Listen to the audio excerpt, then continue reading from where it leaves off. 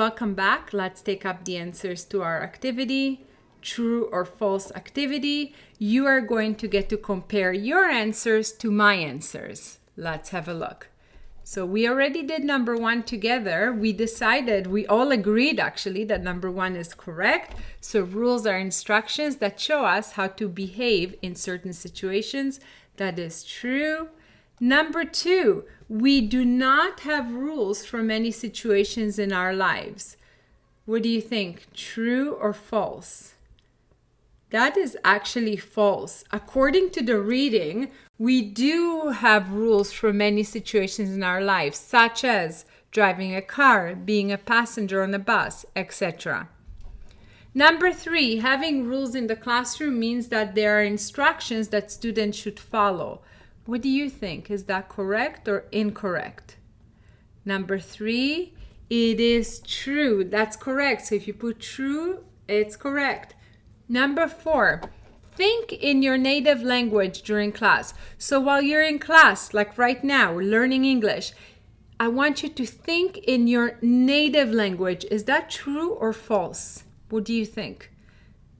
That is actually false. According to the reading, and this is according to me as a teacher, I always tell my students to think in English while you're in class learning English. If you're thinking about things, whether it's the activity or what you have to do or what you're doing, I would like for you to try to think in English. Next, number five, if you do not pass a test in class, do not feel discouraged. What do you think? Is that true or is that false? Number five, that is true. If you complete a test in class and if you do not do well on the test, I don't want you to feel discouraged. I actually want you to learn from it and keep practicing. Practice, redo the test and see if you can pass the test the next time. So do not feel discouraged. Not passing a test just means that you need a little bit more English practice. So do not feel discouraged if you do not pass a test. Now, the last one, number six. Respecting and following class rules will help students and teachers establish a wonderful class community.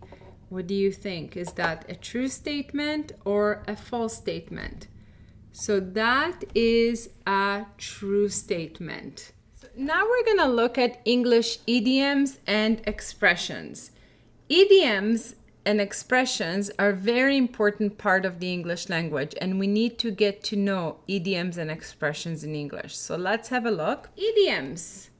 If you're not sure what an idiom is, have a look. I will explain it. So what is an idiom? An idiom is a group of words that mean something different from its actual meaning. For example, there's a popular idiom in English, maybe you've heard of it. It's when pigs fly. So here's a pig, and this pig has wings. The idiom is when pigs fly.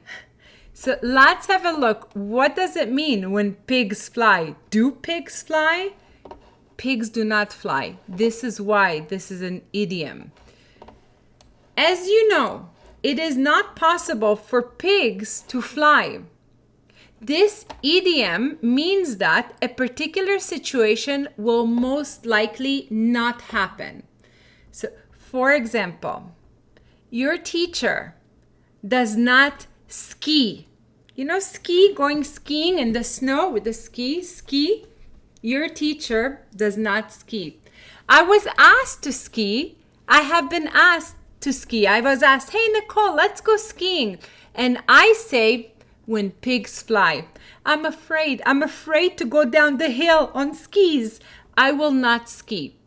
So it's a wonderful sport, but it's something that I'm afraid to do. So when somebody asks me, Nicole, will you come skiing with me? I will say, when pigs fly. That means that it's a particular situation that will most likely not happen. Here's another example of an idiom. My daughter will clean her room when pigs fly. Now, This again is a situation that most likely will not happen. I have 2 daughters. So this is true. This is a correct sentence. My daughter will clean her room when pigs fly. We're going to be learning about 5 idioms and expressions in English that relate to our topic. And as a reminder, our topic is class rules. So we're going to look at 5 idioms and expressions that relate to class rules. Let's have a look at the first one. The first one, you may have heard it in our reading. You may have heard it in our audio. Practice makes perfect. Now, this is Fatma, our NETOL student, and Fatma has a question. In our reading and in our audio, you heard that practice makes perfect is a proverb, not an idiom. Let's have a look. What is the difference between a proverb and an idiom? So that is a great question, Fatma, and we're going to take up the answer to your question. Proverbs and idioms. So here is Fatma's question. What is the difference between an idiom and a proverb? As a reminder, an idiom is defined as a group of words that means something different from its actual meaning. However, we learned earlier when we looked at our vocabulary, one of the words was proverb. So we learned that a proverb is defined as a traditional saying that teaches us a lesson or gives us advice. Next, to draw a blank. So we're going to learn about this idiom and expression, to draw a blank. Number 3, hit the books. Bookworm. And the last one, to figure out something. Here are our 5 idioms and expressions. Now we're going to take a look at the definitions of each one. The first one, practice makes perfect. The more you do something, the better you will become at doing it. So that is the definition for practice makes perfect. The more you do something, the better you'll be at doing it. Next, to draw a blank. The definition is to be unable to remember something. When you can't remember something, you can say, oh, I am drawing a blank. To draw a blank, not to remember something. Hit the books.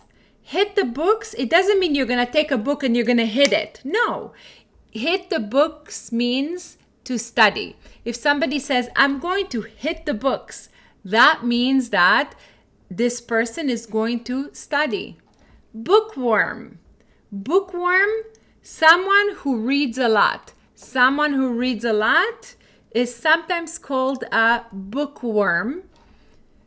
Last one, to figure out something. The definition for to figure out something is to think about something until you understand it. So you're trying to figure out something means to think about something until you get it. So here are our 5 idioms and expressions and their definitions. Now we're going to do activity number 8. Idioms and expressions matching activity. You're going to get to match the idioms with their definitions.